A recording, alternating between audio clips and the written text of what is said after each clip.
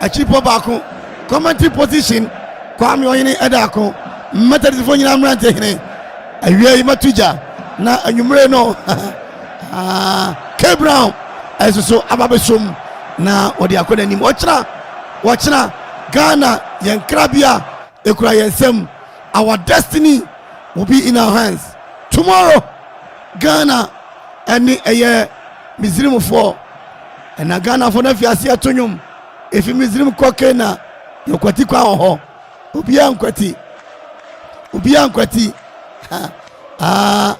Adel Amoroch ono and a head coach Adema Tanzania or Bonsia say we omboye den the much able to me Akafem edien to me kan ehwe substitute no as Adema Morocco for no Tariq Tasode and afe Amani Harrit afe Ismail Sabiri and Muri Mohammed Yunisa Ahmed and Usman El Azozi Sofani Bofi and Ayubu Kabi Ameni Adel and Bila Kamosis and Arm Richardson and Chadi Right Wamu and bench Edema Omantiasmai Morocco and Afe Omati bench Sudima Tanzania Dixon Job Fazi Salim Maurice Abraham Simona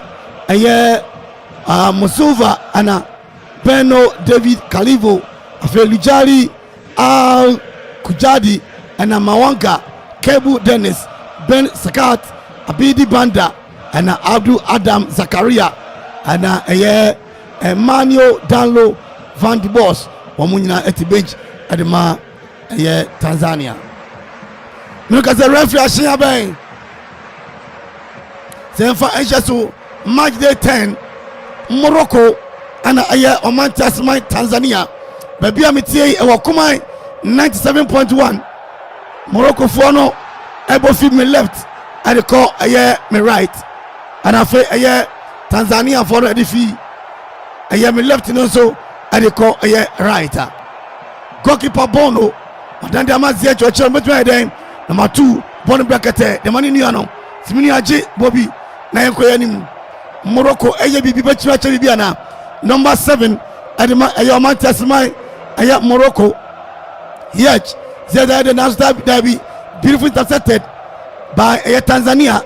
Tanzania Chewonomo goalkeeper Manuela upon Titi Edia Chemu Bonaku didn't affair Nasu Morocco 4 at Bono Adia Tubebi throw in favor of Tanzania.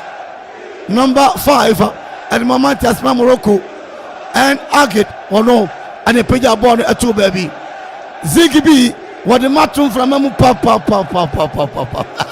and then Nipa 24 and I was show Miss Me Jogum Morocco over to the body or the man number 7 Ziyech Bonutun dia Chem Nanso to nobody in particular Tanzania Fajibono at Tiafa Show Morocco forum beautiful intercepted.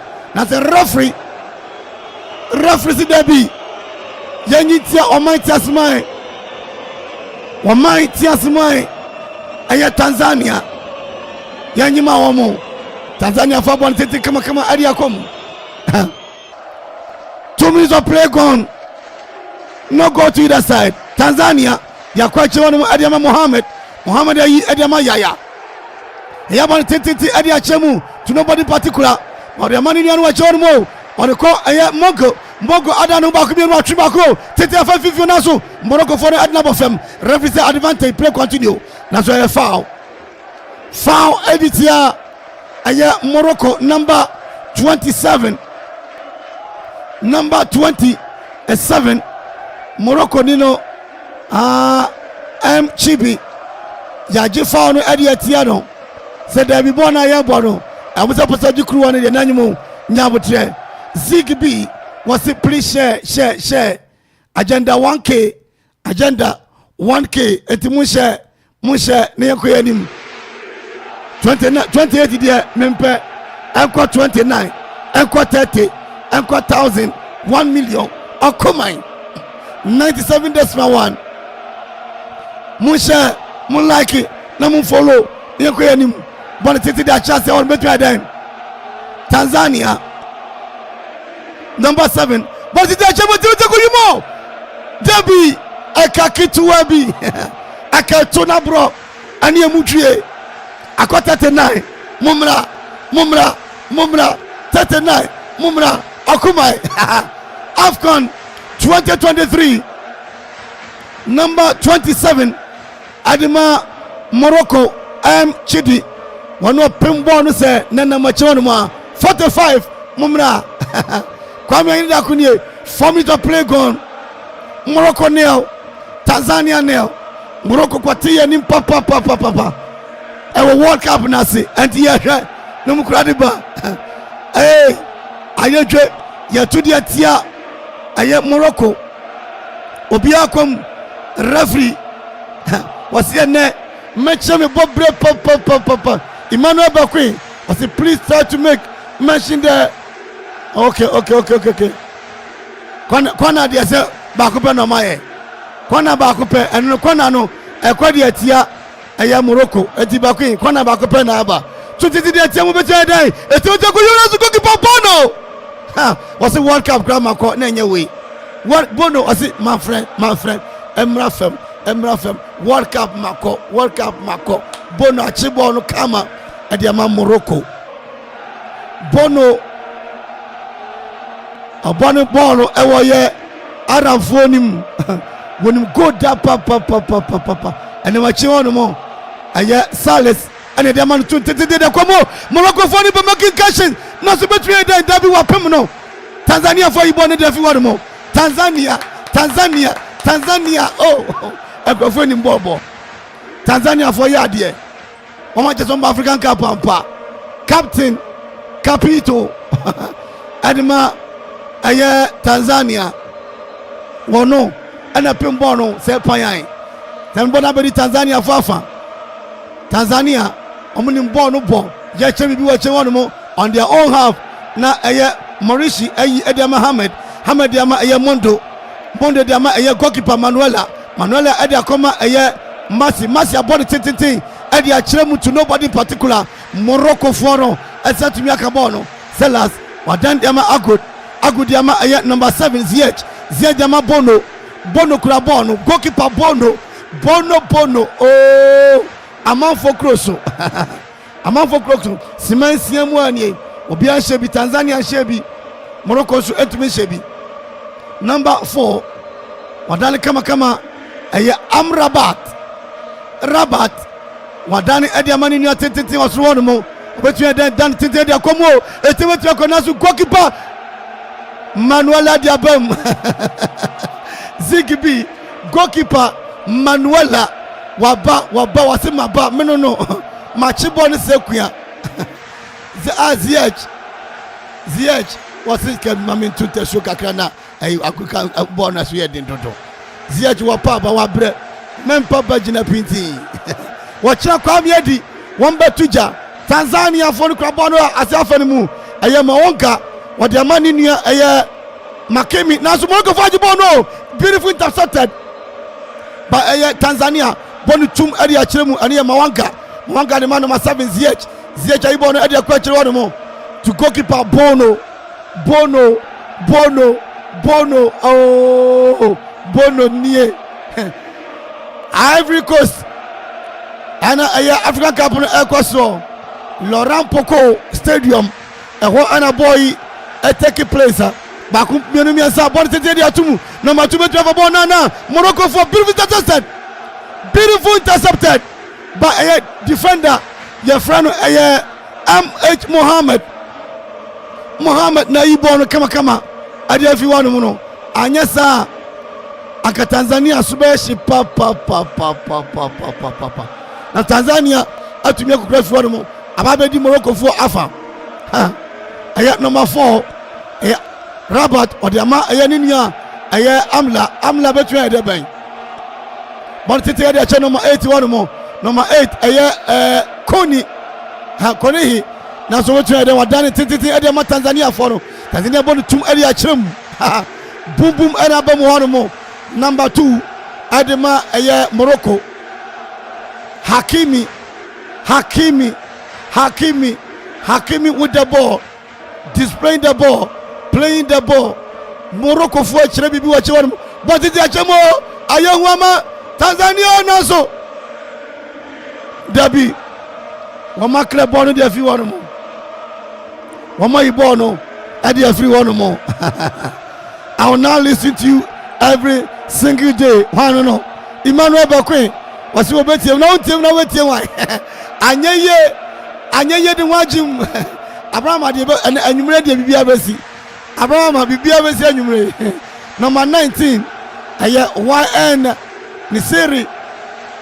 Nisiri ana wabo no na goalkeeper adima aya Tanzania Manuela wasimunkom enyete go inside me body abam bon tete adama aya number 2 ahono ay Moisha dan de ama Monga adama aya Mohammed Mbawa da kuma goalkeeper Manuela obon tete de achemu de na ebekọ aya Mondo betri aden Mondo adama ni on FIFA ne ebe yaya bio yaya dan ba kuma enu miensa giving the ball for the ama goalkeeper Tanzania for no e pass wa mo simini ajibi goalkeeper Manuela ball tete abam beautifully intercepted by the Moroccans. And number 16 what that fancy ye Izaluti OJ Obronia wa finish Kotojo Isasa Braba ye Robert Antonio number 16 Izualiti Momo Piano Nikotojo now so football there is full of skirmishes and style. Yes, for the master man Muso. Yeah. Bakumi between the mountains achemo. Morocco for kuda ball no ko Morocco dabi. Dabi Tanzania. Musumo ball no. Morocco in that from advantage. Bakumi me support bundi achem. Morocco for no beautiful intercepted. Number 5 Adima Morocco and Agu or the man number 7 and Ziyech the man number 2 Bono Konasu Tanzania Wamu bibi wache wanu mo Bono tumdi amani ni Mwanga be yibono Nanso touchline throw Bono ko throw Bono edika ko throw kura Morocco nil Tanzania nil Morocco yanimu amkwati ewo ya Africa World Cup nasi jina yaji se nanu mo try bibi ache bibi abo bibi eno no mtuba nanso to nobody in particular. Mumra, I say, Medidi Emmanuel Bakwe, I will now listen to you every single day. Until Kumana Beti wine. Santu Block Factory. One another blocks be a baby, a copy of between your Bihonomo. Now, Bell Eyes, and Sabapa. And one other quanum Yaya tum adama goalkeeper Manuela adama Moniga ekura ball abonu tum adabam na omdimika baba between adan nanso number 27 adama Morocco dibo na chia Chibi diachisa dibo na chia ma ball ko Bono ekura ball no goalkeeper Adima Morocco Bono when him go ni da pa when him go ni da agaya tia for sure summarizer teacher ba we drakura trase bakumi me sabedi fifi mo Tanzania da su kura ball no akon fifi mo yaya watani dia ma Manuela goalkeeper Adima Tanzania for da su kura ball no mo Amanfo on their own behalf they are doing their own thing 30 minutes of play gone and this very department no go to either side. Tanzania does grab ball Moisha Ahmed Mondo woman the grab ball no wache one mo bon tete di achirem womo bobi bi wache one mo on the left side one mo akoko di mbo wan chai na so throw you trying the from number 15 Edema Omantasman Tanzania aya Mohammed MH Mohammed Hakim Buafu say boy ayo boy kakrebu no what from ade no munum say ya ba no ya no aya belize ahode na ade aba bogumu ti aja kwaba the boy yeah now what to say no watch papa good I 40 minutes of play gone Morocco Nshebi Samson Tanzania so Nshebi that match you then Akuffo. Well, game no dey I have papa because looking at how Tanzania were born, it's as if say they are well prepared for this tournament. And a tournament now all the years be a so we've been having surprises. So I wouldn't be surprised with the kind of footballer Tanzania airborne. So I'm surprising Morocco because Morocco in the African terrain in terms of the African Cup, you don't see their performance well as compared to World Cup performances. So we are hoping to see say this year only make amends. Yes, Tanzania for better make amends one Morocco for no. Morocco for better make amends. Some call World Cup kwati anim. World Cup no call no ebomodia. Etimi kwati anim te we say we no. O betumi ati anim na. 40 minutes of play gone. Tanzania 0.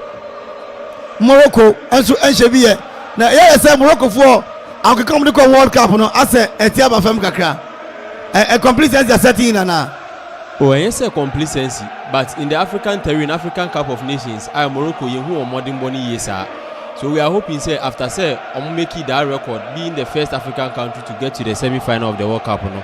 This year, we make it amends our African Cup. We know modern bonny year. Now we progress more than the previous stages and we do a run of 16. We progress far better than previous years. Zanatia, Naja, yes, a Morocco for between make amends that we are coming anymore. World Cup in them, Amoti tempo of the game, to me, Abafem a slow down. Goalkeeper, Manuela, Wadani Ediama, Hamad between there, Bonatiti, the HMV on the center circle. Bakumi Miensa, Tanzania for the Sukrabon Vivio, Body Banachisa, Yaya, the Habitude Adani de Akimi, as you are Bonatiti Edia to baby. I say, Minia, Pastor Mobile, maybe out the atom, maybe out the atom. Anya de betumi aboa me wa hanu wan kan kofa ball no kra Morocco wo mu coach o say bo be na mu boy ye de mako work akwaji ani akwaji yedin we ni mu de mu twam ni am ye de mu chekire bell eyes bell collar ona ye tutu bia ye de tia no ma ye bogum anwumre K Brown e be sia konwa e wa monte so ma de commentary no edi abraye number 7 Edema Morocco ZH Hakim ZH obo chire wonu bon baby kama dan dia tun fifi wonu mo Morocco fo da su kura ball no e kono wa wasa no na se eye amla jamani ni titi wonu mo adani edi aba eye ase wonu mo number 7 Edema Morocco dan dia tun fifi wonu number 7 say engrofo ye boy these people are praying us ayehu Laurent Poko ni stadium ewoye Ivory Coast ana wamo ebo edi efre obi di bibia bana we dem ntumi nkan we dey to say Saudi Arabia fon twa pa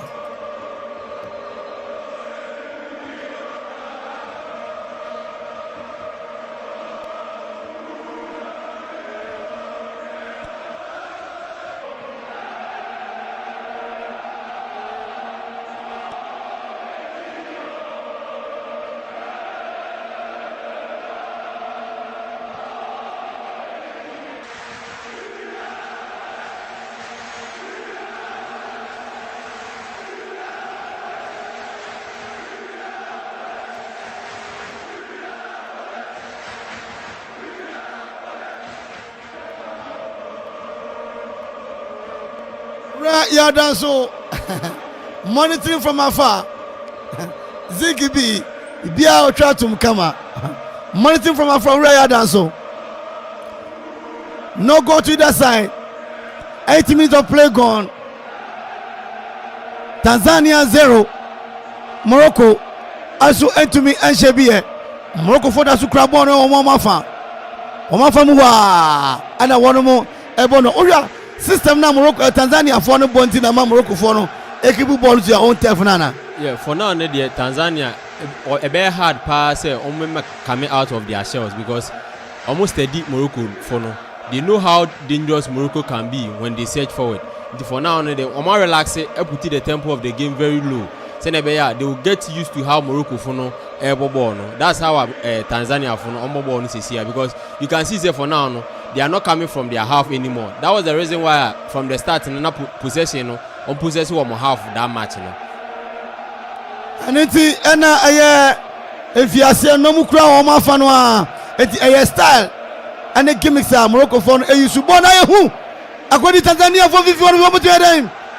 Jabakumi Sanaso Ati Praka Bonati Praka Morocco that's one boy at the training. Bobolo Kra Eddie Atu Ayejo na Osha performance at World Cup no Morocco for no perform we now. Then Akamuntia with Tanzania hold on to this time because by this time they don't say Morocco to me BBO. Well, looking at performance of Morocco beating up African, the other time I can say Europe no the kind of aggressivity no that much say African terrain because with the kind of football at Tanzania the aggressiveness no they wouldn't play that free flow football senior Europeans in the ball amounts why then when you be able with all aggressiveness, so it will be very difficult for Morocco to play the kind of footballer on person on mobile. Anything ama tempo na kwa no. But we are hoping to see send midi kankai no Morocco African Cup of Nations. We don't see their performance very well. Sisenia omko World Cup no ekoye no. So we are hoping say this time round there after say make it that achievement award no. To make it great achievement of Africa sir. Okay. I think Morocco for daily players in the Hakim Ziyech, professional footballer. They won on 19th March 1993 there. Na just say akwa when you 30 years ya and akwa to me at the current team no Galatasaray and one ball. We match for that. Ojinamu and then you know who papa. About Chelsea munina and azukremu ebo Adema Morocco. According to Morocco for one more. Tanzania pressing on Debbie. As a pressure under Morocco for some. Yeah. Who said one chance at Tanzania Funinya, they got into the Moroccan 18-yard box. So I was saying Morocco for no take it on time because Tanzania for almost stayed the game, they know when to search forward and also when to search back. Into Morocco for was almost in terms of counter break, because Tanzania Funinya on punish. Tanzania Funinya on punish Moroccans Yasin Bono Moroccan goalkeeper born 5th April 1991 32 years akwanim go da when him go da papa and one of them edema omantiasma Morocco say player bako edafem omunim honmo yen fast the PSA enfa Emma Bell Eyes and some outdoor engagement wedding any party ekopie wasia na Amanfo nyina ani age ebreden and wani entumi enje say ukura Bell Eyes ukura Bell Eyes ona so yasene na edebem ochina e ka chem say Ghana and womantia smile aya Egypt Kwame Amposa Edi AK and timni nyina Edi comment in if you have vision at the Bebre. Look at that, Morocco 0, Tanzania 0. Mami dreaming go, Mami Abra, and Ejrano, and Ejrano Morocco, on Bobby Boma, I'm a fan one more. Bobby Bia, I'm out to be on Bibia and Anyahu Kra, Anyahu Mo Bibia, Tanzania, Omsukra plays on Mungakrana, African Cup when Eddie Hitchika Kraba and I say, African teams now. Oh well, for what we want to see now, you just say each and every year we have surprises because in we were expecting Sanka at least Tunisia with their pedigree in terms of African football. They could even score Namibia, but the performance in Namibia we put in the app Tunisians, it was scored for. So as each and every year you surprises, we weren't surprised that much. Say Namibia, Tunisia, and even that made me understand. Say Ghana and one more friendly match, no one to me and Shegu. it wasn't just a fluke. It was due to the performance at Namibia for no putting it up. And it's not Ghana crying no more friendly no. You to be on for one to one name. Oh, sir, Namibia for one player be over Ash Gold. There was a player who played for Ash Gold. Oh, okay. And you know, on terrain. Now so on the campo. And also one thing I would say is those kind of teams, you know, yesterday for instance, South Africa team, you know, is a team of players, you know, 90% of them are local based players. And looking at this kind of system, you know, it really helps them because at least they see themselves and they play in the same league. So each and every time they will get chance, you know, at least they can train for a while before say one or outside in Beba. And this is what is hunting our national team, especially Ghana, because the players will come from abroad and within just 2 weeks they will be training and then they will go to the field of play to play, which is the aggressiveness understanding wouldn't be there that much. For one, at least they play together for a while. Because looking at this national team, for instance, especially Senegal, you could see say players now for now no, we have at least 70% of them they've been to the Africa Cup already. One will be there, and one will if say Onyabola who say the young ejina right and that's ejina left, then he will just give the pass to the person. But for this national team, Ghana, young players and Nipa, apart from the day you are, this is the 8th time Morocco African Cup. We have a whole lot of new players. It will take that time for them to gel. So we are hoping to see a beautiful tournament this year. It's a beautiful tournament in the cooling break. We'll be on Musio. I no mono. Okay. Wait there about Jonesy Swan. I see the analysis is on point. But Morocco ahead. Jonesy Swan. I see the analysis is on point. But Morocco ahead. We need now Lusu for prediction Ebra. Akuma Radio 97.1. YouTube, Facebook, Twitter, Inani Yaguo, Mumra 58 Yako, ya never pim 1K, and then ya pim 1K, cooling break, you know, ya Tanzania now so beautiful intercepted by the Moroccans. Ola, why you born now so ya pim na film. I'm sorry, Anna. Referee say play continues, advantage now so. Last man, a referee in Yakituano. How would you let you know? A picture Franca said there be uncount foul and misconduct. Nina, I have FIFA foul and misconduct. A FIFA I will say, wouldn't some Huna Yakajo said, no, and can't board home. And it's Musha, Namun like it, Namun comment it, Namun Famra, Frobino be Frobi, so comment to Nitrium, Etium, 48 years, Mumra. 48 dia mumfamra mpani amoyeno muntwingumu and then you raise so the best atia gina e monte wonu mo no be atua be be driver for capital for medicine for teachers obi e betumi ahwe bi na de nya tumi akonkan e de amayeno mu Mohammed Mosha wono kura bon no eto e de atia e Morocco ade na ya na gina number 7 Hakim naso na kopelo defend ni pani fifi antumi anko number 8 aya onia abonu tumdi ache fifi wonu mo akodi aya number 4 Rabat na so betumi ayeden adani ediama aya ninu awache wonu mo tintintin number 16 to Morocco boni titi di ache bona ya wona so goalkeeper Manuela number 18 Manuela Wasom. Yeah. The governor Ajay was mo commentary manager papa. King Glasgow the governor.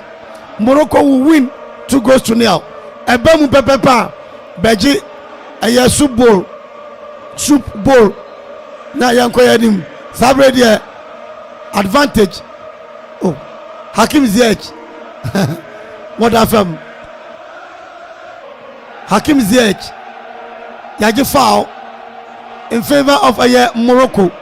Hakim Ziyech ne kwa pimu no. 30 years of age. Hakim. Debbie. And na say na ya mun protect sa big players nana. for now, send an American, European football, and you see, say the protection will be there. But African terrain, send a more born aggressiveness and now more born, sap, paper, and on the ball. I say protected certain players in the mind. Anti a year Hakim Ziyech, one a year. So, what's your Hakim, sir? Hakim form you know, and I quit your born next. Bakum Yanu, sir. I got Ziyech and a bebo. What is it? What a kick! A goal!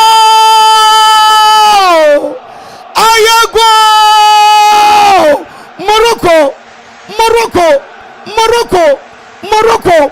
29 minutes. Hakim Ziyech was found, and a referee is Debbie Wenka FIFA Mrano. Yanyi Fetiamo. Kwajira Hakim form you in Jemu. Born to goalkeeper Manuela. Punchy born by Nasu Tianye. Tianye. Morocco 1. Tanzania 0. Well, a good goal na Morocco for us and a good incursion we're making. Two players na now born they could have either score. Hakim Ziyech and Hakimi. They are very good in terms of set pieces. So I wasn't surprised. And you could see the keeper missed the direction because he was going the other way and I born a better on. So and also the defenders were caught ball watching.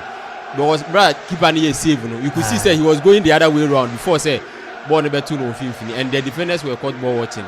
And on Morocco na Massachusetts man take the lead na Moroccans Silas wano ana wakabo no atu atrem ade ma Morocco anenti Morocco 1 Tanzania womo anhye Tanzania ton nil Morocco 1 29 minutes ana okane to ayatenam yemfa sidane bi emfa ema Opre Company Limited. Inji za papa so de eno ane opre. Nyemfa bi suma Nicola Fonso ebutu Mampon. Afe Loma Vista IPS ono so ekram ana Easy Hotel ono so ekram a ade nyina tumi konkan enti no momra George Asumadu on the advertiser no baba the HS Carol they want to George want to enti King Glasgow was say Morocco be winning by 2 goals to Nebemu a wa ba gia chede kama Mumra 74 Ziggy yakoyanim yakoyanti like share na yankoyanim Morocco 1 Tanzania 0 infringement ibajidi atia Oman Tanzania for bomo homade papa naso na ye 31 minutes of play gone. Morocco 1 Tanzania 0. As a quite fast go back by no one which first to be on the way as a page now. Well, in terms of these set pieces, Ziyech are very good, and also they have a good striker in the person of Enyensiri, and in terms of air balls, he could just score. So we are hoping to see he will get his head to the ball. Now, you say Moroccans able to make a 2-goal lead now.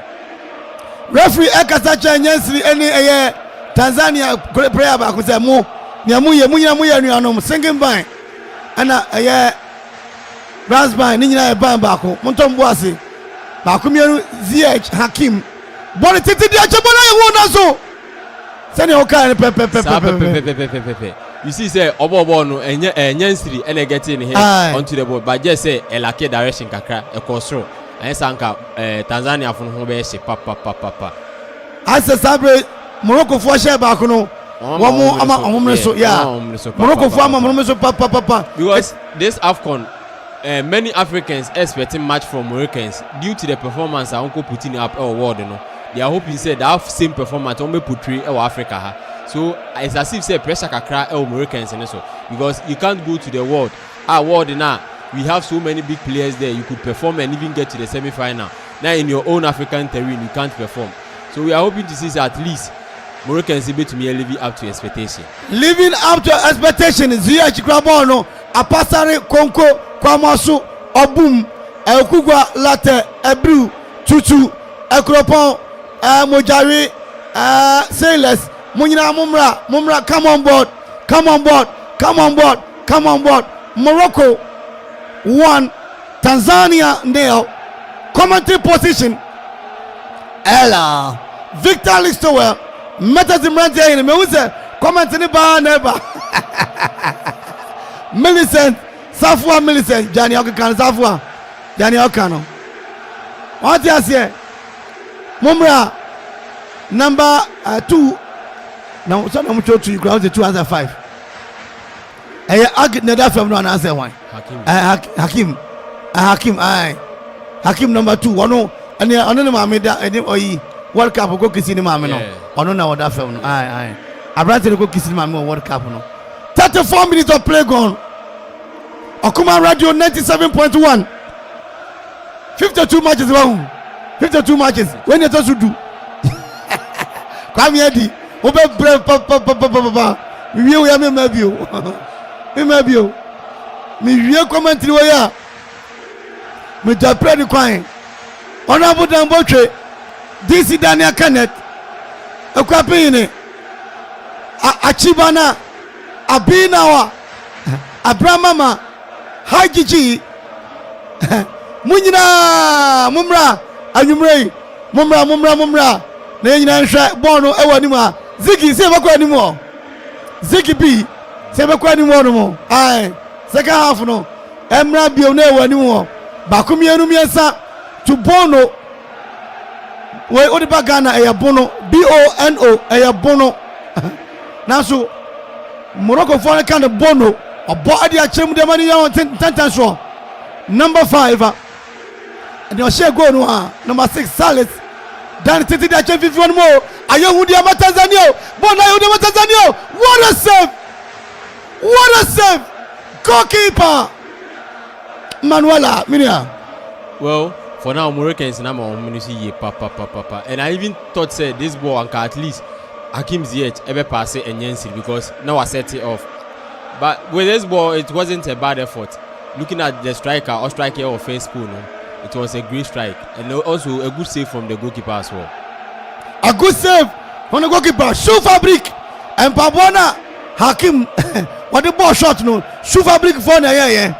Akropong-Akuapem ya and on Baji Commando Morocco. On Commando. As you put a young Pabwa Mawa. Shoe fabric.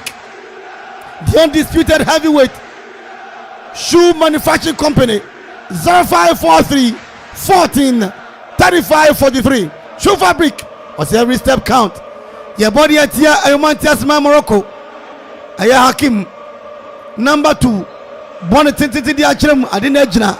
Ayahu naso Tanzania tiakwem etiasa kwem bio apanyan Ogbabon going solo whatever you FIFA between there now so Hakim Ziyech beautiful display by all standards ya 2020 at the Achim Bona ko di Morocco for Morocco for dasu Ogbabon number 7 Ziyech number 4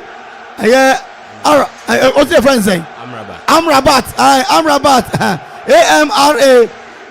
Amrabat But titi dia chembu. Jina 51 ma. Tanzania, woman say who are you? Morocco for the Bobby BO Debbie. Oboko throw. Yen fast than be a mangrove. Hey, Eddie Diamond. I say D-man. More fire emojis here 2 4 6. Kwame, what's the baby? Kwame Eddie. What's the baby Jumano? On ground to me, I just say Bobby Mo. Bobby Achna, Muhaha. Acha holiday. Mechanical. Ayajo. Dabi Morocco for no Amama Romeso. Amo Bobby Beaches Kai.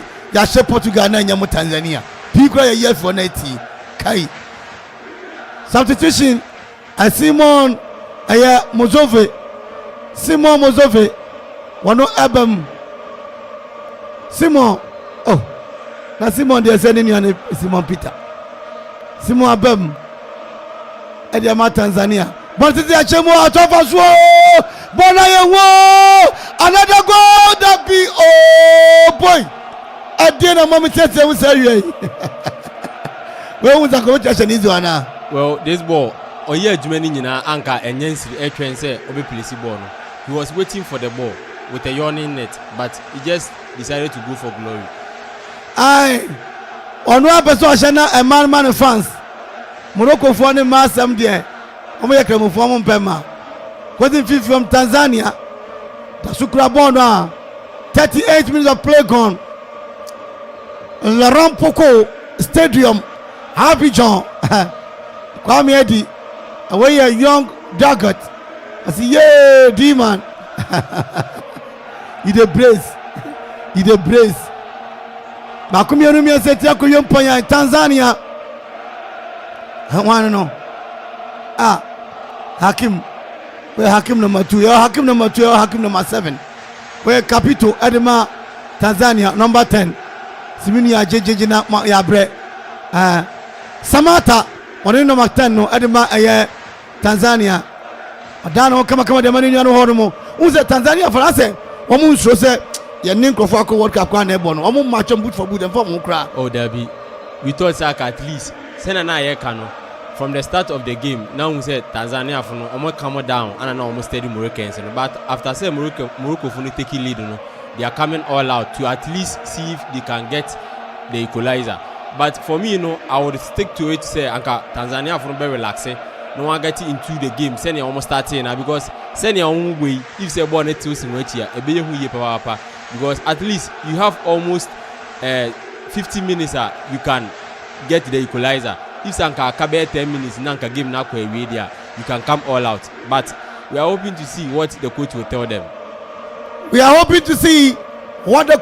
tell them atiafa so eno kan no ekosi Tanzania for nachi and no idea some number now Tanzania putting the pieces together mending the broken bones now so 40 minutes of play gone in the first department of this very game Tanzania 0 Morocco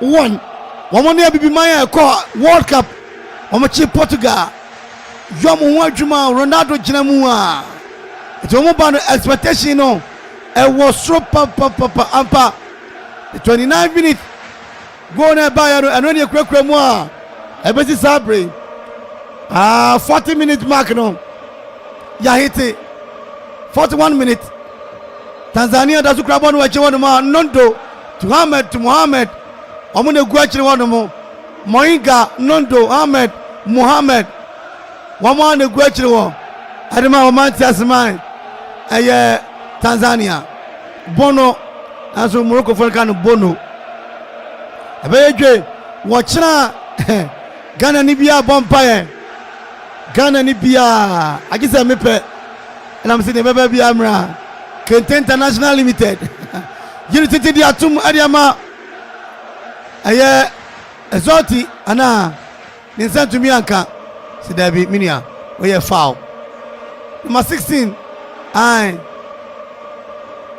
bona tete di abase wono mo adiama Tanzania Tanzania for abase wono mo eno ane Mononga ana Nondo ana Ahmed ekwafifi wono mo a omo Makemi ba ko ho ana Marisha ezo ho no number 20 omo ba wa chirewa onana kai we di aba Odumante I say good evening boss I'm hearing from a blue Emmanuel please the one I predicted yesterday the game between Burkina Faso Mauritania score 1-0 Ebra nabaji wa chade why Drakford is the Gawa I see the only better side in this group is Zambia like the way Zambia ni aja be Zambia aja obi say Zambia na better side well you can't say Zambia a better side you could say Zambia was a better side then because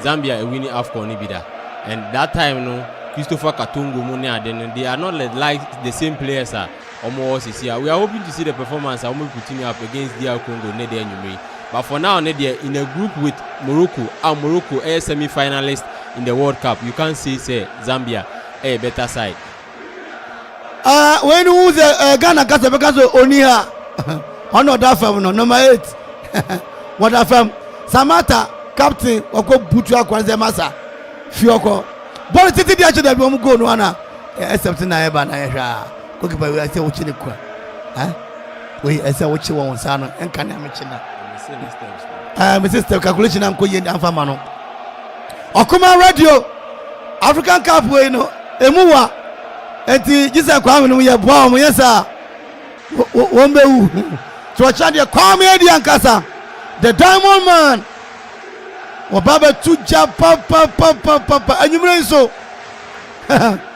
eye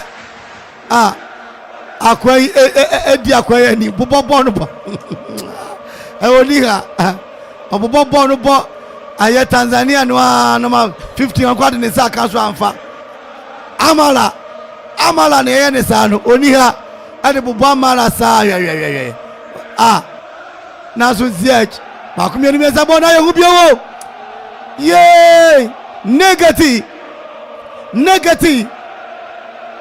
amama munyina mumfa mumpa bantagana jo Morocco for that prakala kubio at the derby.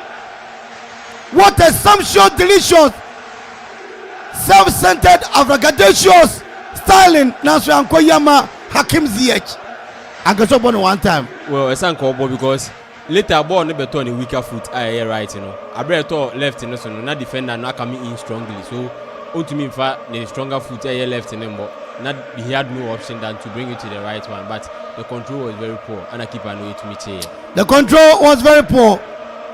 45 minutes in Asu, I know the other support. I'm going to see Mammy and Sa. It's a 47 now. Morocco 1. Tanzania about to score. Atiprako now so. See between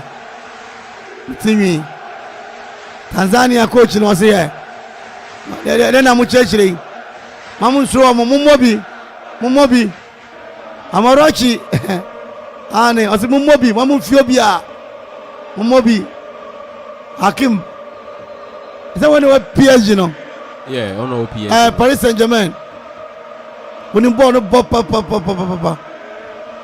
bono goalkeeper ba kwa maniji no Sakenya ka Chelsea fonko fano nanso isika na enso tu area chemba kumyenu mi ense betun area tia kowiem e fast da PSG Emma aye bell eyes open sa papa anumbi ama program aside the outdoor engagement word in the party and one bell eyes Okuma radio 1 month bosumi akwento na yetuei match let us do nie aka 42 matches and the Kwame Amponsah the judgment man on kwa obewu to wachina ne mu odin no na Kwame aba ne mu nya de na ya besom na ye yiwo etafrita fun e de koya nim e dey fast dan bi Emma quick credit and investment micro credit limited opebosi akọ na obi bi aso person be advert e wo ye afcon yi mu no botumi about 300 cedi per ya hwan so ya teso Morocco on bibi ndabone on bibi enabone e ko Morocco aji wanu mu a eno no size chibi agud Hakim wo mu negugu wo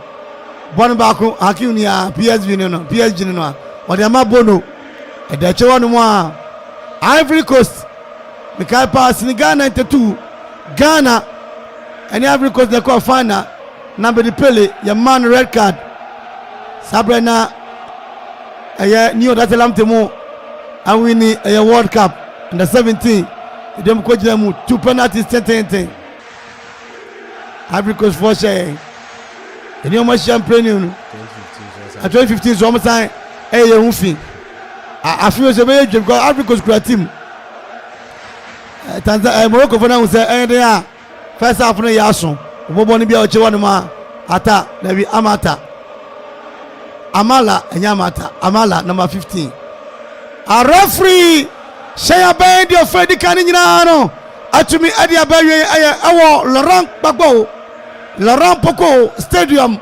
ewo Ivory Coast Minia sene aba no say Freddy kan abawe. Well, it has been a good football, but from the start of the game, not Tanzania for no steady game, no. But getting to the later part of the game, Moroccans really taking lead, no.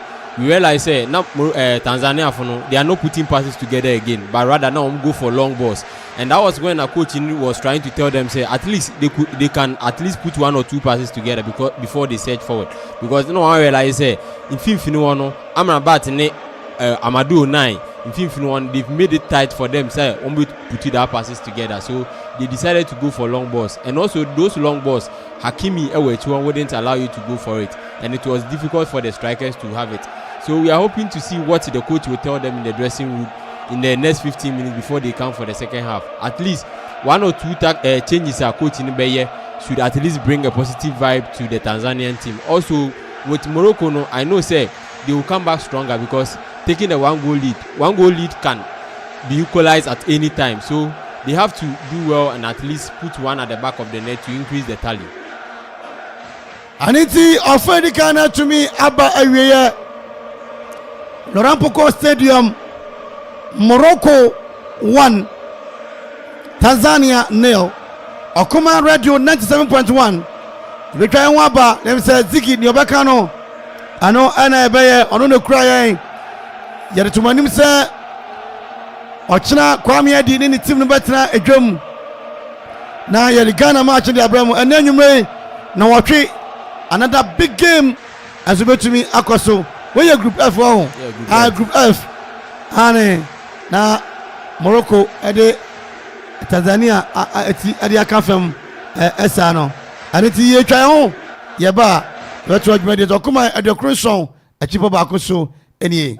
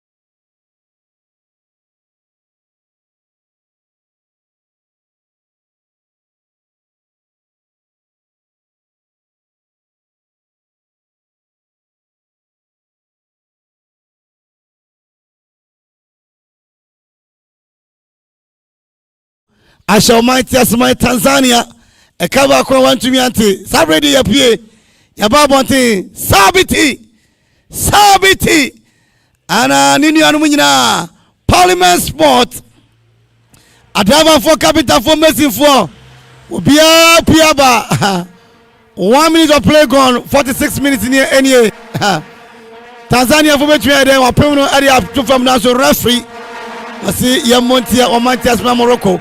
I mean your expectation and this second department near there. Well, second half we didn't. I mean expecting to say tempo la Morocco at the ball first half we know they could hold on to the end of the game and increasing their tally in terms of goal scoring because it will get to a time goals will count in this group because you be third best and if you have more goals it could help you qualify. So we are hoping to see say Morocco able to be hold the tempo until the end of the game because before I say second half Tanzania one start here papa. Zabre Morocco fono at the Praka nazo Tanzania briefly intercepted by Akuffo what the Praka what they call Nini Ahmed obje what the money near open comes one more ball to the Achemo now so beautiful intercepted by the Moroccans Akuffo now so about the actually Madamfo no ana wopejane sa se ball no antumi anto baby now so Morocco defense no ano ayi ade afiri won mo ya body atia omanti asma Morocco kanayin ya body atia Morocco ayi baye corner atosumienu adema Tanzania number 20 adema omanti asma Tanzania womache bibi abo bibi ashan bibi aye bibi aye Maurice wono ana ekotu aye kona no ba kumienu mi esa ball titi dia chemo nasu bono na santu mi aka bono ose wunim aye ko bisa wo yachi wo ya ni Portugal boy ehye ne 1 na Ronaldo ginam na wo de ye she Spain wonte yenka yajiani ani to bibi obeso oba na ya advertisement awo ya Afcon season yi mu no ampanyifo abie pono data samumra na advert no bono tete di achirem to nobody in particular what they akwache Tanzania wamo number 11 Akiri betumi area ben body abeche wo area come no defender aya nundo so di akwache ba kumienu miasa number 27 adema omanti asma Morocco Chibi so abon tete akwache Tanzania for no Allah woyo e fan fam ba kumienu miasa bona ko di vivi won mo womo pre ho K Brown afe ena womo amabedro wo kira yeso de won kan yura gise efiada kura ne betumi abafiano mo ball titi achemo another goal nazo goalkeeper Manuela wayibo na fi nyesiri ne naso kura nyesiri wode ba okrikase ma kese mema mamunsuro nyesiri enye eye mema esiri kese munstro azu Morocco de eyedin obi amna Bube Yaro Sabiti Ali one wamuti French wamuti French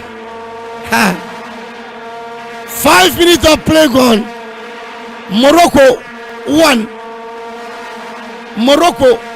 1 Tanzania 0 total African Cup of Nations 2023 Laurent Poco Stadium Abidjan bakumi enu mienso atiafaso goalkeeper Manuela bon tete dia chakoni fifiwan mo etetu ko yobi da fam referee wasi ye akokwa sira dia ache Morocco number 6 size wano ana shego no ide akokwa sira dia no ade ache no Samiria bon yesa na e bono to boss take your time ayehu onipa da fam ubedi sika badaji won say ayi Nigeria player yi ne wo Napoli no osiem unzo hye bibi won nanim o se nanim no screws makumako 18 na won nanim enti ade no de kata the protection players ni hye bi protect you mo Tanzania Mr. Mumba say won ma Indo ani Mongo wama na bo ase ho bo ne tete dia chembetu ade o atari ade ama bicycle kick aye kamba Indo omo hwe ne omo kire. Look at what the children are doing on the field. Hwe ne omo kire Ziki bon aye na ni je akwaji biscuit na Ziki ya kire. So far so good. First second half no. Well, second half no 7 minutes into the game. Because it's a tempo no senior Tanzania for start saying no. Sa pepe no mu kwemu. Well, Morocco for no they are surging forward. Even earlier on and Pasa and Yensiri Enyai. The keeper was right on it. One to me Ama and Yensiri and to me answer second goal Ama Morocco. For now no Onai any Amrabat Omo holding free paper putting passes together. We are hoping say at least if not by the 60th 65th minute Morocco should be able to score the second goal to kill the tempo of the game. Oniana da fam no oniahi ona da fam no number 8 wasi yemi mamie wo mo atwa mi o wo mu kumi o wo kuma fam ahwa mi o niama danfo yi number 20 onu kwapem wo pem oniahi ade na to fam yi onipa waka ba kumienu miensa referee ya twentwen so Morocco 1 Tanzania 0. Morocco 1 Tanzania 0. Ejinsio kopumese ombe African Cup yi wachina kwami edi pe wampo obebe adwuma kwami edi wo pe wampo wachina obebe adwuma adwumire na watwe bele mu wieme de no ebe lumba nyom mekrakra mo nananum ma mi nei omenye ni ebeye bia aba on chena se aye comment na wi o atafrije kebra na betu aso minimum di crow 54 minutes mi wia me kwakura ajano no mi wia me fia ko bona temporary hold up Inyesiri wejina ho agro esu jina ho madamfo sama wanya de go we de angese Inyesiri wo hye ago esu pass ni nua ne kura ne enzuari esu wo wan pass ni bi ede asam kura ni eti wo chira Ghana ebesi akan ye ni Egypt ena Ghana fo no etonyum amotonyum efi Misrim ko Kenya yakwati kwa ho ayekwa fa so bedu ntem ane so obi ankwati wo chira ye nyina fa kwa ba ko so na okuma aduakro anso achipo ba ko open block so Santu block factory open paboa shoe fabric open entama Indigo textile open hotel and one FC hotel. Number 3, Adema Tanzania. Then come the money you watch one more. Or to the far right side, or then Eban 51 or Kwaboni going solo. Or then the money on 51 between Tanzania, Bobby or the man 51 more. Back to New York. Aye, Ndogo. Mogo Abon Tintin Ediama Mala between day. Adano Bakumiru Abon Tintin Ediako. The right side one, Adano Ho. Now so Aquature one more. The edge.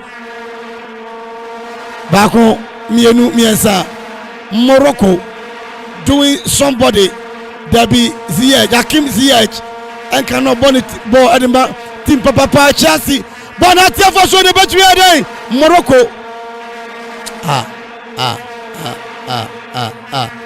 and can it no bobo papa Elma aye team papa what we are saying Morocco Ziyech wako Galatasaray ewana wako Hakim Ziyech wako Galatasaray eni achinye ewana wako enyo kwa na hwe TV obi ahwebi akuma radio ekwan ne wa edikwa me edi home K Brown ewie wo ya onno eba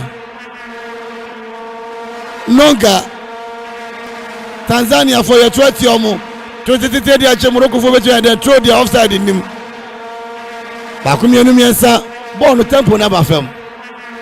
Yeah, for now no say tempo na ba fam because we feel like say Tanzania for no omo ma Morocco for no ball no say na omo pe no omo ma ball no aggressiveness na akosoro.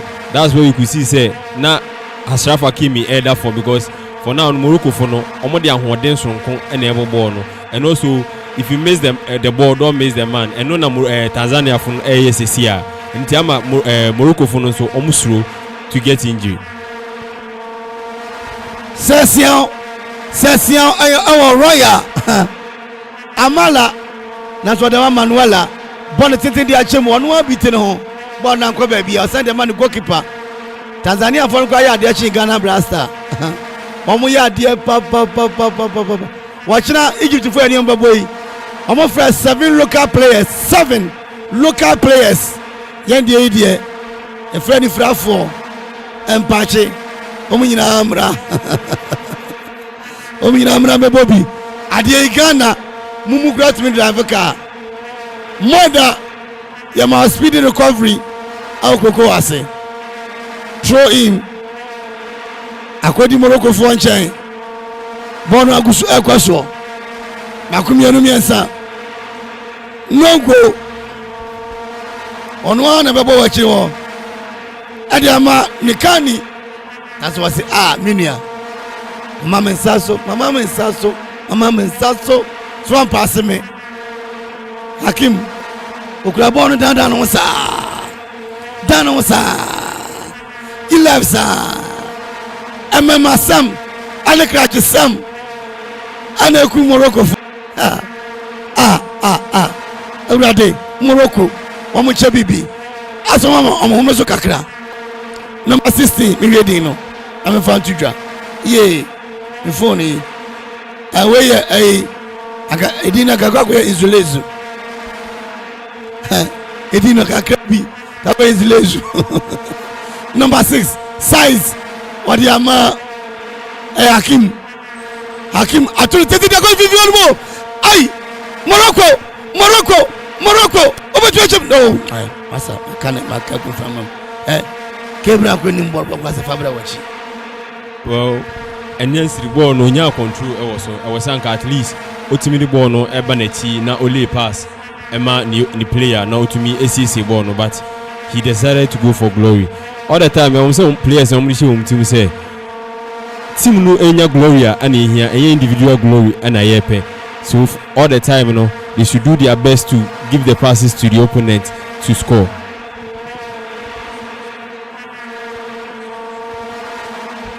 Samata ball possession 52-47 Morocco 52 Tanzania 47 ayo nwa kakra. Well, because second half we Tanzania for no so ye papa. For now, when we say they are going all out, they can at least get an equalizer ebe end the game no a 1-1 draw. And also a 1-1 draw will help them because for now if they get a 1-1 draw in this game, now at least they get a win in any of their matches. They can even qualify as a third best. I will to me about because this year's tournament, any team as a third best, you get the opportunity to progress to the round of 16. So second half, they are coming all out to at least get an equalizer to bring the game to a stalemate. Ghetto Prince, I'm watching. Chippy, no. I didn't from sure. And Charlie Yamano, yellow card. 61 minutes of play gone in the beautiful game called soccer, all the way from Ivory Coast, Laurent Poco Stadium. Morocco 1, Tanzania about to score. Etiako Yim, Paya Nanso, but the Abajana Fabesi one more. K Brown, Omabo Ndongo, or the man goalkeeper Ewachiwan goalkeeper Manuela between or the man Ndogo Bio Ndogo the man Manuela Wachiwan Tanzania for now ball madia Obio Trono Omo da fam ka ba ko so omo ball life wo hiania wo sadi wo hiani wo san awi eye sadi ba ko mienu miensa bo na teva so Allah we ediaba wase Alonso Prince says I'm watching you live. Hey, emuwa live from Infa Gambia na Zambia. Wase wo hwe Okuma radio. You are too good. Me menye commentary o me mo drive. O ma bre. Kwa me di mo ma bre. And I hear mo. I say this commentary the international power. Ajua. Hey. Ajua na kasano. Ajua kosoko. Yeah. I say Morocco is the fourth place in the World Cup. Champion Ampa. Ajua. I say they feel you. Who feeling me? And they come here, they don't feeling now. Pa. JT Ahmed watching you. Ajua TV. Mbonga. One original song.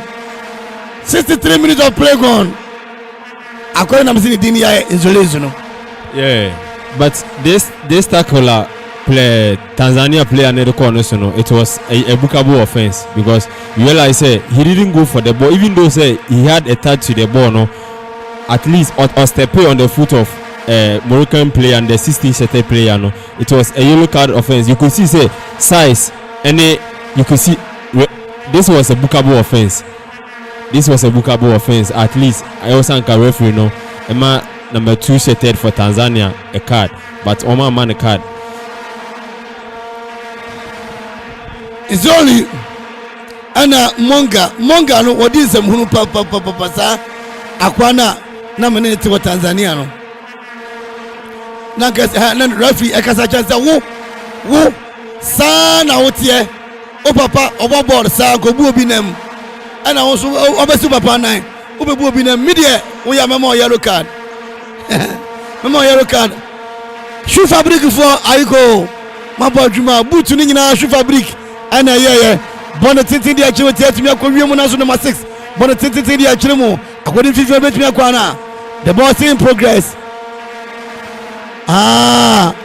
Number 8 Edinburgh Morocco adano kama wa twene ni ane papa se wa tweme atwe dia Messi twen na ma ya chuba kumiri mienso atiafa so na bi Tanzania found a beautiful intercepted bonnet tum dia FIFA betumi akwana ba kumiri miensa Tanzania omo bobibi omo chebibi ayebibi bobibi ayebibi atubibi ejina bibi obeti abehwebi yapie ya babo ante akuma yapie babo ante okwapman Al Jazeera okwapman BBC okwapman Hamas okwapman Gaza okwapman Israel okwapman Russia okwapman bibia eno ani akuma radio amo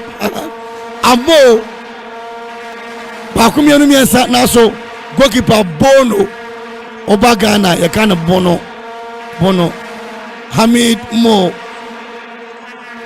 Amanfo Simon Odiama Hamid na so number 27 shattered man Chibi Odiama number 15 Adima Morocco playing something doing something the man number 16 awo yanim haya Odima yanim haya wa kuma yanim haya wadana bakumia no na sisi ayejo chebi betu eden aso watofamu o nenkwe aka no nenkwe naka no watofam 66 minutes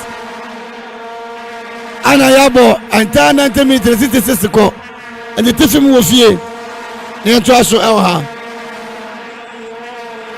osiye D-boy aya yenta ma comment ni bi wama ye niaji pop sa me de me ho anika concert ya na mi ye There's a woman, no. Maybe you as a concert, Yana me. Aye. Bakumi Onumi and Sanaso at Yafaso. Yan Fasidano Emma Bell Eyes and Sadede and Sabobobo and Salukodoko Pilad Muchulad Salad Bell Eyes and the Buta Papa at the same Manufu dead. Bakumi Onumi and San Morocco going solo. Ziyech, Hakim Ziyech. Number 15. Ajidi man of between the bank. Tanzania. Hello. Okuma Radio. Referee say play continue advantage. Bakumi Rumesa 1, 2, 3. Tanzania. Beautiful intercepted. Atiavazu. Mami Tiamu Keke. You let me shout for nothing. Amo. Wabed duty. Wabed juma papa. Okumai 97.1 radio station via to me anfa womuni right yana yewo aji wakuminiano Charlie ba munche siane naso Morocco 1 Tanzania 0 Kwajon tade we are in a fetu afashana Nidino has a fetu afash number 6 Ochecha Neto was a mebo Samata is out of the game Fatu and Eba Nadia Nabone Nadibi Nabone Samata was a Muyime me deda you Fatu and Eba but threatening him for more as a maybe me the go back or training Sani Bremo Matumi yina berase Charlie no one turn here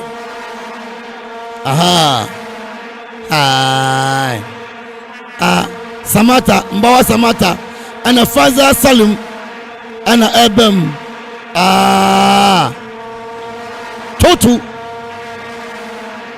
Akwe wenyi young boy Otisema Chilibano Chebi na ekura ball no referee na down for nini ya no se to ntem wato di akirem ebetumi eden obi amra na watwe another game ebetumi out of them no K Brown abufra abrantie the smallish the bottom mouth the mafia go the mafiano mafia K Brown ana ebetum red card Akwama Amanfo Tanzania Akwadi Amano Mishani Danfantu Jakura Akwai Bo wicked boss number 20 wicked boss Awudi Nkwa as a Krobi wa Ghana ha ya momudi amodi for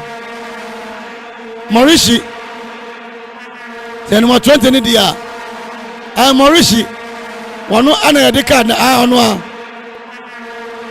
Novatus Maurishi wano ana ya red card na chira no wa bonity ya di achira no se kwanda kwadu yire nkwan kofie you want to carry somebody every coast ye niawu my leg anye ye and what's the way tempo? Yeah, now the player no now he was trying to prevent the foul, but intention no the Kumuma Hakimi no, and then the result in this second recovery offense almost sending it off no, because you realize say Emro Kumuna when your ball no, now he was doing everything possible say and can home Erenka Hakimi, but looking at the intention out the Kumuna now it was very bad. So it's a bookable offense. Well, leave Tanzania for very down. Even at 11-11, now Tanzania was not even doing that well, but at least they were trying to control the tempo of the game, hoping to at least get an equalizer to bring the game to a stalemate. But here lies the case: when you're red card, for now playing 10 against 11, anything can happen. It's true, say, Ebinomo the 10 players able against 7 players you need it. But looking at this tempo of the game and Morocco for any first goal now already when Musa either Tanzania for no so I don't see say Tanzania for no to me I come back. Tanzania to me maybe you say national mrem well yabona sendia baba minia Amanfo share possibility Daniel Ochre. I'm watching you live. Rashid Nasser watching live. Ibrahim Ayebwedu was ED boy. As a course sports department. Na ukobua commentary on the Kwame Adinum.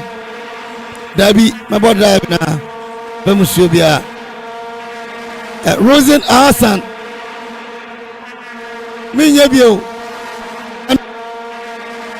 Kai. Daniel Ochre, Rashid Nasser, Destiny Asia Asu Ashe, Pepra Isaac, Faji Kaka Asu Ashe, Jati Ahmed, Arlene Prince, Princess Amwa Asi Ashe, Katiki Kelly Asu Ajibre Ashe, Ajua Ashe, Morocco Ayesi Saye Namum Tanzania de one de Bakuko Fie Bakumionu Miensa according to view on Morocco 1 Tanzania 0 73rd minute. Hey, come here, di. Aso di bibia bo. Size na shego no. Tanzania. Akodi meze kodu ache wono ma eye mungu ana womo ana ebo. Amini Adel wono abem. Ama ba kuzu kofi. Enkrofo yi enimbo no passing blaster. Omnimbo wachina ketefo no. Eba. Amiadi. Sidima. More fire. And the crowd also. More water. More water. Tanzania Tepraka. Bakumioni Miensa. Dandema 49-50. Ball possession. Adane. David. Akwana Bemuno. About Tradie. Charlie. Phil City. Ye. Okumio. Makulo. I said, game not done it. Yeah, game not done it. Because Senana Americano. Second half for Tanzania for Eba game very strongly. They came all out to send America in. For now, no Sankonya equalizer. Almost to me who do on to the end of the game because a win in their next game could at least grant them an opportunity to qualify to the next stage, being a third best. But for now, no, they are playing 10 against 11. We see how Ambo to me hold the Moroccans and with 11 men. Because already with 11 players and now at least even though say the tempo of the game for Tanzania side and our high they are lacking experience in terms of even putting passes together. They can do that when the player is very close to them, but in terms of long surging passes you can see say almost long passes now it goes straight to the Moroccan opponent. Now Morocco for and then they bring it back to them. So it's hard time I also coach in Wankasa because Mbwama Samata is the only experienced player in this Tanzania team. But honestly, no, yeah, it's a hard time I also Morocco for one Tanzania for one Wankasa. Kwasi Amanfo was it summarize on a big comment in so yeah near Joe just a yasri and I'm super serious. Ghana I have 20 comment is anama na bibia ya Tanzania omo ya DSM blaster de omo kono kente and kente stars omo ko jaware ochina obi abe huni last me hu se blaster team yinye ni pasa with the Morocco no attack defensive display by Tanzanians. I say it is not destroyed. And I'm sorry no more. Hakim no more. Size no more. Body a better review. Ate praka. Center circle. Beautiful display. Hakim size. I'm not sure they. But it's in the akum. I do all much one more. as a singing band faster. Omo but is here I say Tanzania for bread. Oh, but we share them one. Amadu Onai, and I'm Amadu Onai. One of the Atumuno born make a session. I am one. They are praying as if their something is not putting well. I'm moving their money now, so and the devil no. Morocco 2, Tanzania 1. Well, a good goal now, Amadou Onai, Asamo Morocco no, and also getting 2 good lead now no will bring the tempo of the game down for Moroccans because for now no they have nothing to lose. They are leading by 2 goals to 0, and it's a nice goal. And a Morocco for no Arsenal. Morocco 2, Tanzania. Anshabie. Aye. Morocco 2, Tanzania 0. Bono Ekwadi. Esuru wano mo. Abubo bia. Ana aya wonia wanunya bono say Manuela. Pepe bijina na me mo bono ntuma say must move yourself. Boya na bono Edem. Siye. Akropong World Cup, one more Spain, a Portugal. Mudia Mutia ye, a much mutupe. Mutia ye. Keeper. But I want Munyame. Simbutu no agree. Asemema mi Kakwani Bumi Nemo, Oson Kamantimi Ashe. Amanfo comment na bossy ye. Frank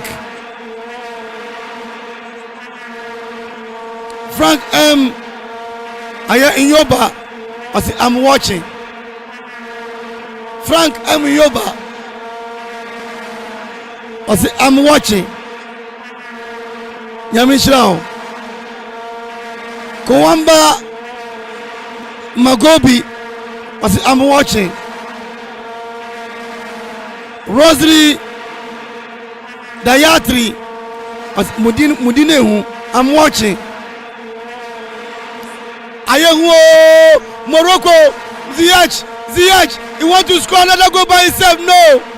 No selfish on the player of Ziyech. A player like his caliber no and very selfish. Atia for so Ziyech anyade Dabi Ziyech anyade kakaka boy Sanko release ball no Emma Enyensiri because na Enyensiri already take off and this could be the 3rd goal. Enyensiri Enyani go at long last. Enyensiri Madika kacha se enye ewo okirika sem kese Barima ana Ensiri echese insuro offside. Referee nini ya ba kuno ojina echire no se enye go asida ayeye enkoma Bell Eyes El Kabi Eba Buffel Eba and another player Eba. Morocco air changes. Sana Tanzania so air changes. Ziyech Efimu Aba Ziyech Abrante na boni boama team papa na ofi ono. El Kabi Buffel Amadu Onai Wanosu Efi Adiane Yatiato Ziggy Wadaruma Ayatiato film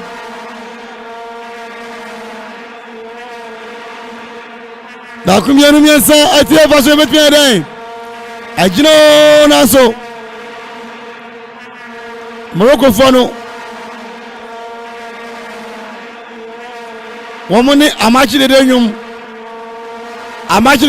aya yepe kose association na mjamase okuramansan onima bofo yare womaji go no let's go akoya 3-0 in favor of Morocco ochira Ghana nyane se ya mama mu yirefi Ghana ashe Egypt ensia pen na modikente ko African Cup abede motumrika Abraham mama mom is right Mommy, original, international, mommy one,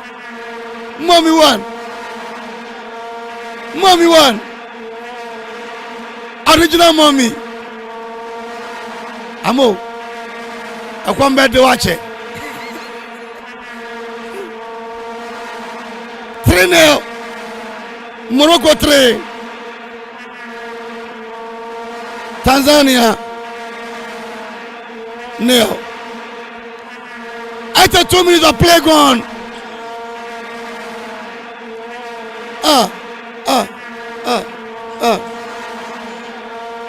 Wasimidi at the side Meshomo Maya dear Dodo changes to go on my head. Changes to me and son and a Morocco for aye.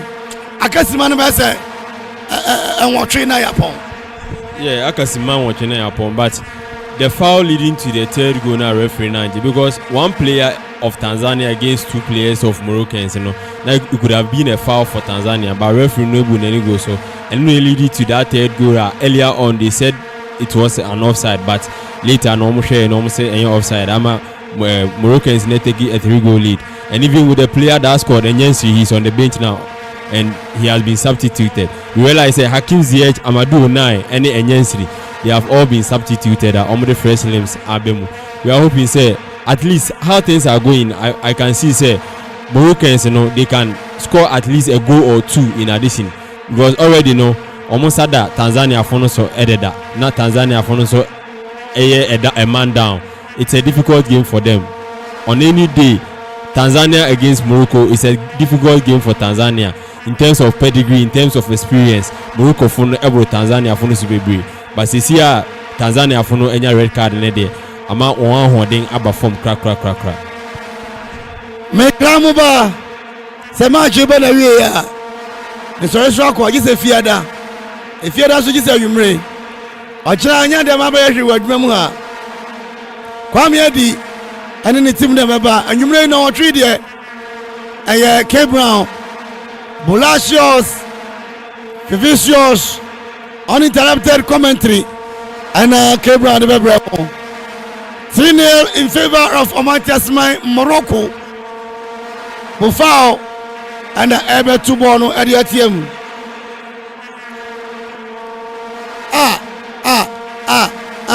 Ochinabesa Magana Ghana for any beji. It takes me a career more to nobody in particular. The touchline, if a body at here, Morocco. Size, one on Edikai, Etuatana, Edikai, Morocco, na Ebidi Etuatraso. Stanley Asimi Show and status Paul Aka Asimi Show Asiji D-boy ye bomb by a mount. What blazy papa numre? What blazy numre? Omoyaniaji. Aye, me you have a call. Na K Brown abeto aso. Me you are me fa krom kakra wa kwaje fans. Santu Block Factory. Shoe Fabric. Bell Eyes. And now to two be inside. Wow. Mama Bell Eyes. Bell Cooler or so mo ko mo nyibimba. Owura kwakubu ati. Otafrija. Okorie. Kwame adi. Na no dey. Kwame Perry. Out of coverage area obiania akaye pene wa. Akaye ani wa okuma broni ono oya Arsenal ni on so broken heart. Kofi Kenata na dem omo. Aba woma papa. Adeko hunkan. Ana makai we aduminta. As a good evening boss. Okay, watching from Ebru for the Shamo. Muncha Frankie 5. Namucha Ebru in my we ye Aminta Azima ono se we no obeye Zimbabwe ni ana Tanzania ni ye di agro na ye hwa ade na ye ton ade Dikola base Amanfo Dikola sa place no kwa me mpere I want to yes cat car first. No muji money papa. Tanzania omajibo na te plake betu ya dada ba kumiri mesa. Wale mani ya ocho mo. Masa. Amanya sa bona mo. Hono. Muni mbaka mbaye dewa. Mommy's joint. Mommy. Ebeto di Abraham Made. Won fe. Ye. Ba kumiri mesa. Ate praka o ana no ka experience na wi wo mo experience na wi wo mo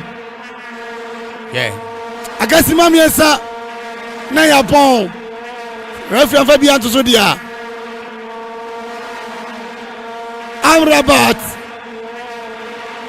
sa Morocco mo capital na Rabat wa hu ana ne mama de to no okay well Rabat obon club football de Manchester United. And he's a good player, and he being a good player in the Moroccan team, you know, who's experience in the but Tanzanians, you know, they are lacking experience. They are really lacking experience. Omunya ball no to me the ball but in terms of the end results, you know, it's very very poor. Omunya ball now within some few minutes, no one see lose ball no, and they could even play a passer to nobody in particular, and it's really hunting them. It's not helping them at all. And for now, they are a man down, so they have nothing to do again than to play as they are playing now. Joseph Asubonte, Kwame Amponsedi, Barcelona, Adano, humiliation score ni na Kwame das well. I'm saying Ghana could support tonight. And Barcelona, na humiliate Kwame kwa shata diaba. Ewusie kumo akasima no mienu se rafia fa bia tuso ya na yapon mbugi ya ni ochre ai Inaki William ninia beautiful display by the Moroccans jibon ba ku mienu miensa fantantanwa mufao ona masie wonu mo a dano ball titi dia chemu betumi dan Tanzania or the boapem ko ni fifi wonu mo a I'm saying Morocco for them say Tanzania for them to me on any day Tanzania airing to me Morocco. I won't say football don't tell the truth, but on any day in terms of experience, the telepathy and the understanding in terms of football, Tanzania aim to me Morocco. But here lies the case that Tanzanians are a man down and they have nothing to do now than to play as they are playing. Ochina Habema Sasa ochina no ball no mekwa yare saba no wu afa me ya saponyu so cha we mama mo efi misiri mu ko kena akwati kwa obi ankwati enyina yenamu ba ku mienu miensa atiafa so na so goalkeeper Bono ano ba Ghana ye Bono region aje wono eyu ono wo kire according fifi I know they have to say, oh, Mutimode, a group, Mienza. Move out 2 minutes to so. Akuma de Crusoe Chipabako, as the PSA, Ankoma Bellies, Omnumkaya say, World Cup on Bruno Bakuba, Yanyavi and Bakopeni, Bellies is so. Yabronukwa. Come here, dear baby, watch now, Biabesu, and you may know Tribuno. Ayake Brown, Betuja, Ubejinaja, Laurent Poco Stadium, Ivory Coast, and a live comment in the fee, Okuma Radio. Bakumi goalkeeper, Naso, oh, what is our share? What is our Atomway? Well, no, we say born as a but keep an airborne homody, papa. Double save in a keeper no omoye to keep Tanzania in the game at 3-0. Goalkeeper Manuela wa bono homode papa ya shane die as we dey watch wa yebi onipa be yebi wa ye good thing atizigi a kamade sound aso da ho atizigi wɔda so ɛda fam. Santu Block Factory, Santu Blocks Factory, Akropong-Akuapem, Akropong-Akuapem anya wasa. Akropong awanda factory no one. Hostel Junction, ana FCA Hotel, and also our Davy Junction, Honewo, ana Dinkola, as well Mampong, Mangrove Restaurant and Event Center, as well Mampong, ana Abrama Madiano so ewa haya. Akosua Sano, me amebano, wadini birthday. Akosua di 64 years. Akosua 64. Ya pomba, agrona yede ayehu. Morocco, omu first match ni ache sampa. Africa nyina omu ni mbobo. Omu atiye ni papa. Adiye nete kofa mo. Wachina, kwa miyedi yankasa bebe drum. Kwame will come to the market and come and display the vivid description of what is taking place at the field of play to the medium, to the masses. ZGB, Yanfasidani Bimano, one of the Bahanum, Opre Company Limited, Opre Company, we are make new joint 50 cents. Fried rice 20. Ya show me how far. Ni odi acha de beba no so Emily. Kebran, ye na kwemi na kwaji subo so ne be na predict win mfa nche. Say yesi ba kwa win. Ochina kwame be chen kai ni nyina. Ti ochina kwame edi ono na yes sponsored ema okuman. Be trasia be chen kai ni nyina. Kwani wa enti ya mo bia be hadwen. Kwame asre Oye training obubu ne kom keka agrona ba wiye. The game is gradually descending to the end. We've hit the 90th minute mark. Niadugu so ya bo and 9. Me summarizer. Te udini ya dai. Nana Akufo free. Nana Akufo afriye. Ne maami Akufo ade na so fe na afriye. Nana Akufo dachi biano obe FIFA president. The first black man obe for Sam Amenjano obe sing ai Kofi Annan. Nana Akufo afriye. E ma no kwakwa nyina aba stadium ha. E ma kwakwa Rastafarians nyina aba na Cameroon won ai captain be friend Bakanaki no Rastaman Kanaki kwame edi nya ompe ne bi na nam wachi no we dia ompe we dia kwame mpe kai o Yesu dimu asensu aguso foul infringement in favor of Morocco. Referee what they go stadium no actually Tanzania for no referee okuma mbri say oh ehin papa I said motu amunwi referee when he said motu amunwi Muhammad Hussein Muhammad the brother near the red card na chen yellow card and your crew and so okuma radio Akuapem nyina ni ye Akuapem Hamas Akuapem Gaza Akuapem Israel Akuapem Ukraine Akuapem Russia yani e kasma bam yana mumu driver car no the boy nipa ne car yana mumu akapacha mumu apacha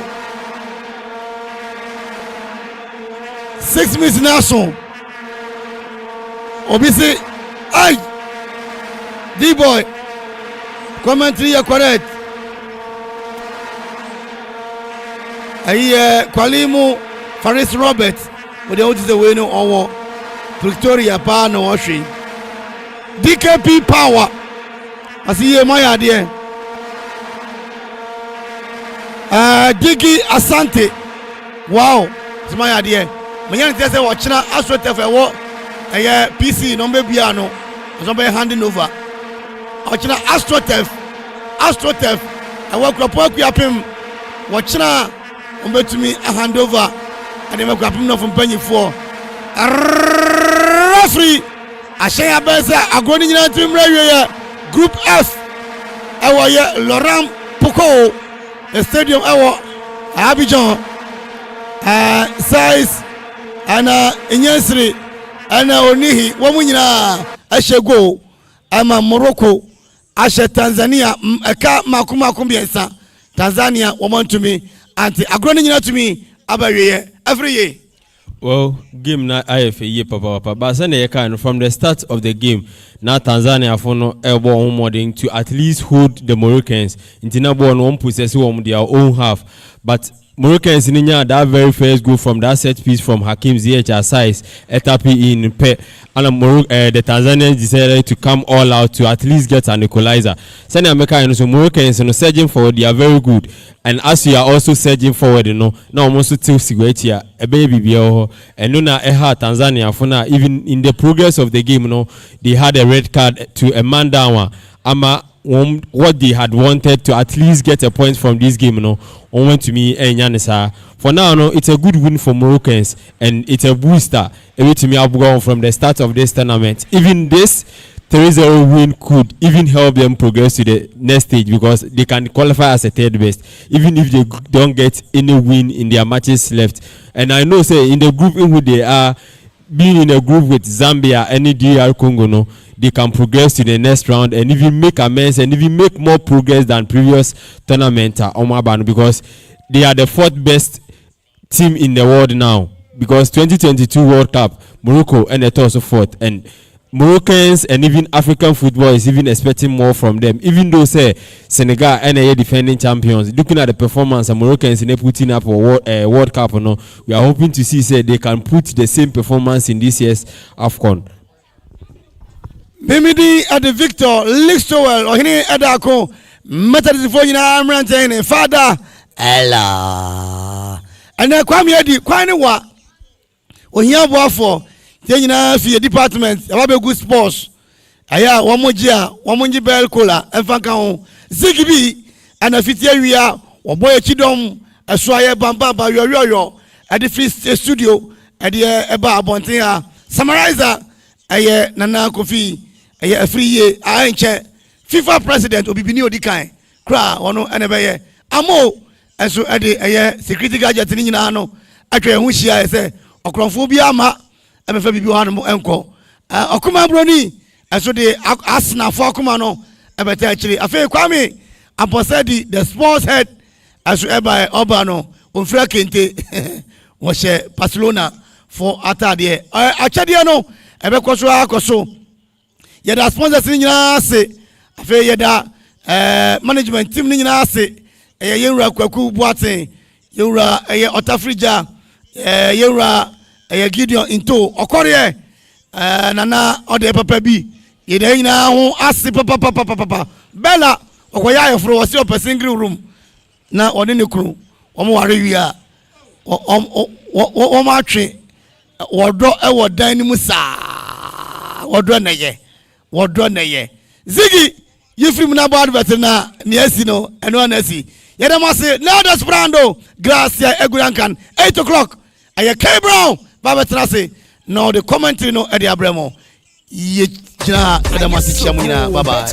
Early cash out yi de wonnya no baabia sesi ade betway timi ma early cash out se wo bet na ekoso no wotimi yi usika no ntem ye san wo partial cash out chese wotimi yi usika no bi abra wo bet na eguso an na automatic cash out we de